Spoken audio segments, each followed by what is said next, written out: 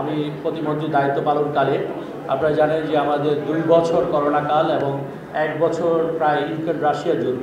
মানে প্রথম বছরটা আমরা 19 সালটা একটু শান্তিতে কাজ করেছিলাম এবং শেষ 23 সালটা একটু শান্তিতে কাজ করেছিলাম। মাঝখানে 3টি বছর আমাদের বিভিন্ন ক্রাইসিস মোকাবেলা করতে হয়েছে। এই মোকাবেলা করার মধ্যেও আমরা মাননীয় প্রধানমন্ত্রীর যে সবচেয়ে বড় একটি প্রজেক্ট যে অনূর্ধ্ব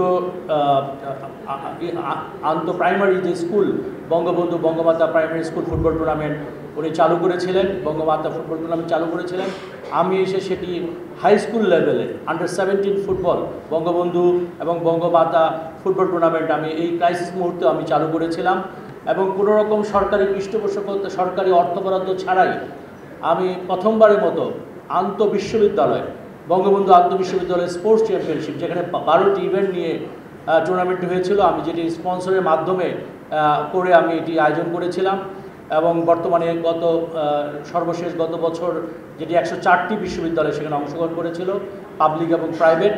এবং আমি আসার আগে আমি আরেকটি করে এসেছিলাম মাননীয় প্রধানমন্ত্রীর নির্দেশে, যে আমরা প্রাইমারি হাই স্কুল বিশ্ববিদ্যালয় হয়েছে, কলেজটি বাদ ছিল, এটাও আমরা কলেজটিও শুরু করে এসেছিলাম। ওয়ালটন ফ্রিজ কিনে অনেকের মতো আপনিও হয়ে যেতে পারেন মিলেনিয়াল, সেরা পণ্যের সেরা অফার।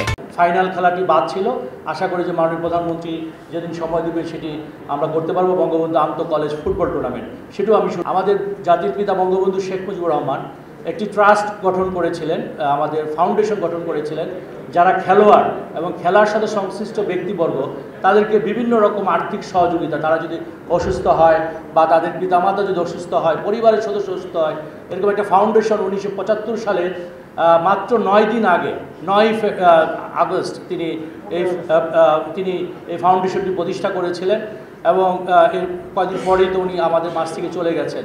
সেই সময় তিনি এই ফাউন্ডেশন প্রতিষ্ঠা করার পর আমি আসার আগে 17 কোটি টাকার এটি সিড মানি ছিল এটি, এবং এটি আমি এসে করোনাকালীন সময়েও এটিকে 77 কোটি টাকা আমি এই সিড মানি নিতে সক্ষম হয়েছি।